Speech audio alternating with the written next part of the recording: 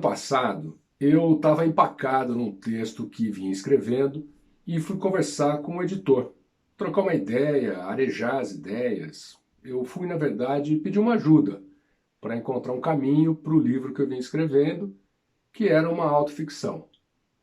Ao final da nossa conversa, depois de algumas ideias, ele me deu esse livro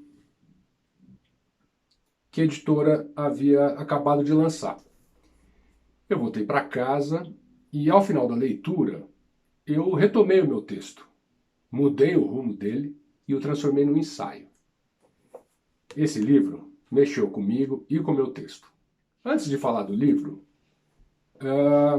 eu quero falar um pouco sobre autoficção. Eu fui procurar algumas referências acadêmicas da área da teoria literária para tentar definir esse estilo chamado de autoficção. Então eu encontrei uma definição na revista Itinerários, número 40, publicada em 2015, uma revista que é publicada pela Faculdade de Ciências e Letras de Araraquara, da Unesp. E diz assim: a autoficção seria uma figura semiótica, um signo pelo qual o autor implícito opera um jogo metaficcional que transborda a ficção e tem impacto ambíguo na imagem do autor. Bom, a autoficção é um estilo literário relativamente recente.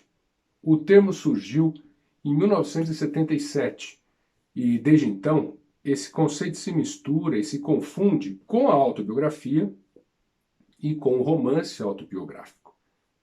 O que temos na autoficção é um livro com um enredo que gira em torno de aspectos íntimos da vida do autor, sem fronteiras claras entre o que é real e vivido pelo autor e aquilo que é ficcional e inventado pelo autor.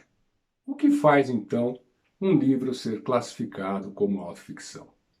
É quando a história desse livro apresenta uma personagem que pode ser facilmente identificada com o autor, vivendo um enredo em que a narrativa pode ser também facilmente identificada como real, como tendo sido vivida mesmo pelo seu autor, mas que também é passível de ser posta em dúvida.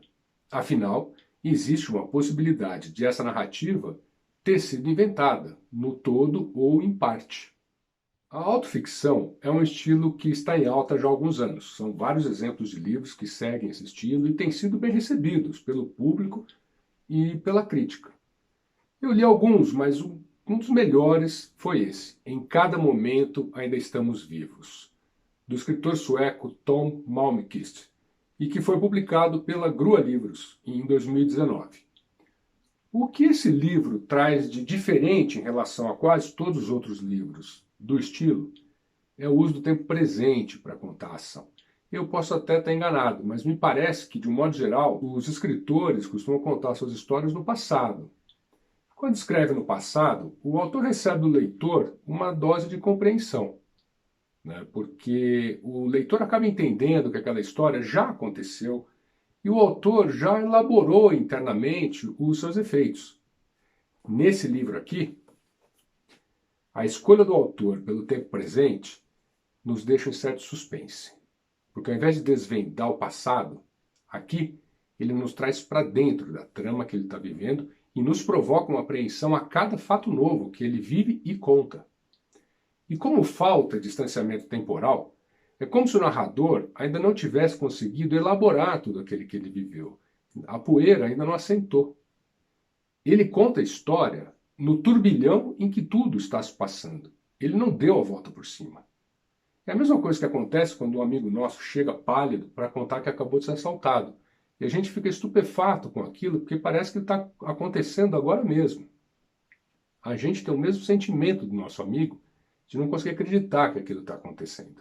Ler esse livro é atravessar diversos momentos tristes, muito tristes, em que a morte está tão presente que é difícil acreditar que nesses mesmos momentos ainda estamos vivos. Se esse livro caísse nas minhas mãos hoje e eu lesse hoje, eu tomaria como uma metáfora muito bem feita para essa pandemia que a gente está vivendo. E de repente, a nossa vida muda de um jeito tão intenso que a gente chega a duvidar do que a gente viveu antes. Será que eu vivi mesmo aquilo? E a olhar para o futuro e o que vai ser do futuro? Ler esse livro é também passar pelas lembranças boas, as lembranças doces, os pequenos momentos felizes aos quais usualmente não damos valor, porque não percebemos que é ali, enquanto eles transcorrem, que a vida acontece. É um livro que vale a leitura, é um livro vivo, com uma linguagem pulsante, conta uma história envolvente. E o título é um achado precioso. Obrigado pelo seu tempo, pela sua atenção. Espero que você leia e goste do livro. Até breve.